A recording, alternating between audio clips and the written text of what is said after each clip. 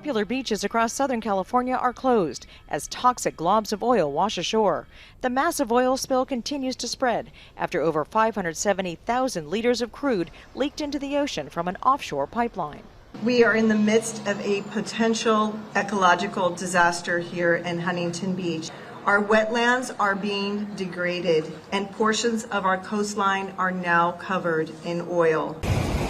Local officials, environmentalists, and residents are furious, saying they smelled oil Friday night, but the company that owns the pipeline, Amplify Energy, didn't shut it down until Saturday night, and booms to contain the slick weren't deployed till Sunday. It really is heartbreaking. Why do we have to have these things out in the ocean so close to the shore? Dead birds and fish are already washing ashore. Environmentalists say the slick will have a catastrophic effect for years. This is one of the most important stretches of coastline along Orange County and possibly in all of Southern California. So how many birds or other wildlife are going to be impacted, what impact it's going to have on vegetation in the marshes along the coast is still yet to be seen.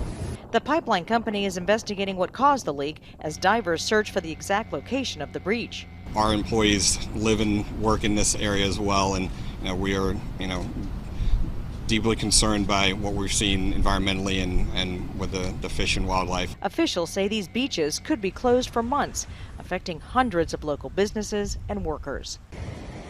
Jennifer Johnson, Global News, Washington. And mysterious, a global outage taking down Facebook around the world for hours, along with Instagram and WhatsApp, which Facebook owns. One Facebook employee telling NBC News everyone is just sort of standing around, with the outage affecting pretty much everything. But this is a misconfiguration, some sort of technical glitch that is basically unheard of. The scope of it is just utterly remarkable. Facebook has not said how many people have been affected in the outage, which began just before noon Eastern time, but its platforms altogether have billions of users worldwide.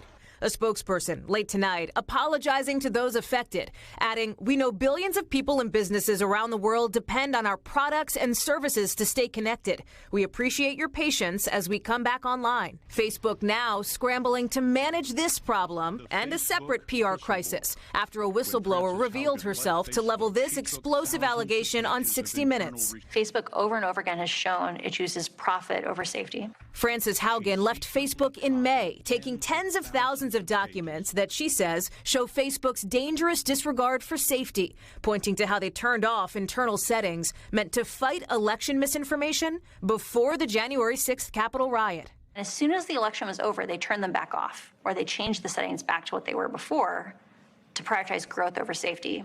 And that really feels like a betrayal of democracy to me. Facebook acknowledges it rolled back some emergency measures after the 2020 election, but kept some in place. Its head of global safety talking exclusively with NBC News. Facebook, she says, values profits over safety. Is she right? That is absolutely contrary to my experience. It's also contrary to the facts. I mean, since 2016, we've spent $13 billion on safety and security. We have 40,000 people working on safety and security. Haugen will testify against Facebook in a Senate hearing tomorrow. There's so many different laws that need to be passed. I'm not even blaming Facebook because regulators have sat on their hands and done nothing. Officials are holding a news conference tomorrow morning to address their concerns on how the city plans to handle the rollout of a normal day with missing teachers who refused to get vaccinated. But the city says they have on hand about 9,000 vaccinated substitute teachers to make sure that everything goes smoothly tomorrow morning.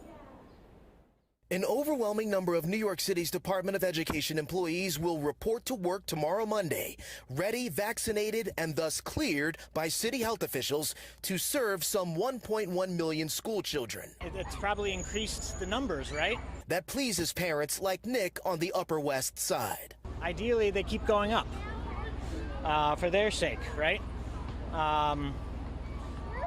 The more people vaccinated, the quicker this ends. According to Department of Education stats posted Friday, more than 90% of all employees have at least one shot.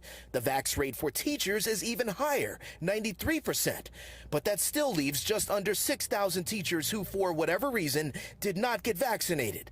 And unless they have a valid exemption, are at risk of losing their job. That includes several hundred teachers who recently appealed unsuccessfully to the Supreme Court. Everyone has has to be subject to this requirement. The city's health commissioner speaking Sunday on this week's edition of Picks on Politics. So this is part of keeping the people that we serve safe. California just announced plans for the nation's first COVID vaccine mandate for all eligible students. Just happened, both public and private schools. Governor Gavin Newsom says the requirement will not begin until the FDA approves the vaccine for more kids. He says the mandate will be rolled out by grades in 2 phases. 7th through 12th grades first off, and then kindergarten through 6th. The governor says that the requirement could start as early as January, depending on the FDA's approval process.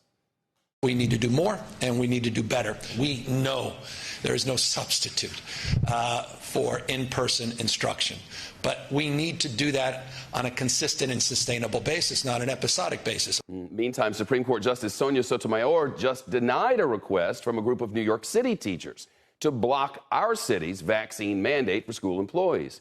Justice Sotomayor could have referred the matter to the full court, but instead, she acted alone and denied the request.